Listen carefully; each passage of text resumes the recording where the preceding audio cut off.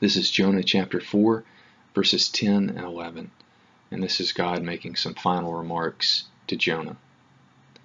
And the Lord Yahweh said, "You pity the plant for which you did not labor, nor did you make it grow, which came into being in a night, and perished in a night.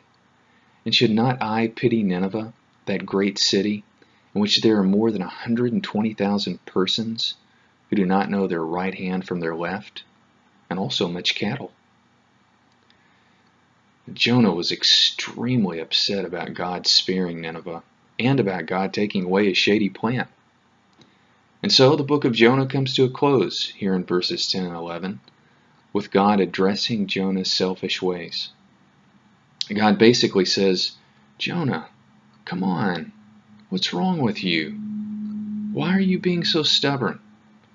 Why are you refusing to admit your selfishness and that you're wrong? Are you really trying to tell me that it was all right for you to have compassion for a plant, but it was wrong for me to have compassion for people? Aren't people more important than a plant? Not only are they people, but there are more than 120,000 of them who are spiritually needy for me, and they didn't even realize it. I created these people, and I nurture them with provisions. But you didn't do anything like that for your plant. If you think about it, it's crazy for you to be upset with me for not showing more kindness to your plant than to these people I've made, who are in my image. Even if there weren't any people in Nineveh, aren't all of those domesticated animals there still more important to save than your plant? Jonah, if you really want to be honest with yourself, you really don't even care about the plant either. You are only interested in what it could give you, shade. Jonah, you've been thinking too much about yourself. You need to change your attitude and be more interested in what I want than what you want. Will you trust me in this?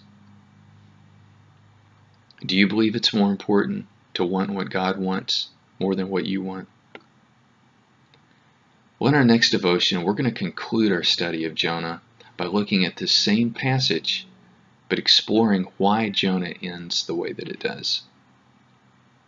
As you meditate on this passage, I want you to think about how it's better to want what God wants more than what I want. And think about that throughout your day. And as you respond in prayer to this passage, tell God that you like what He likes. This is praise. And ask God to help you to want more of what He wants. And step out in faith. Practice the meditation and prayer that we just went over throughout your day today.